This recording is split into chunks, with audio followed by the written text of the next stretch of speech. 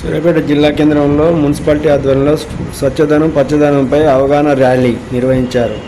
ఈ సందర్భంగా ప్రిన్సిపల్ మాట్లాడుతూ గవర్నమెంట్ చేపడుతున్నటువంటి కార్యక్రమం భాగంగా మన స్కూల్ తరఫున ఈరోజు పిల్లలకి చెట్లు ఎట్లా అవగాహన కల్పించడానికి చెట్లను పెంచాలి, ఈ కాలుష్యంని నివారించాలంటే మనం చెట్లు పెంచాలి.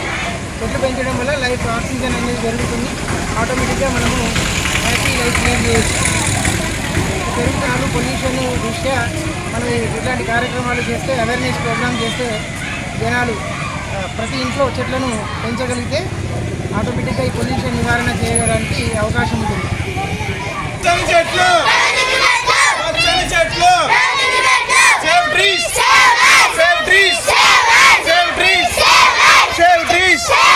పచ్చని చెట్లు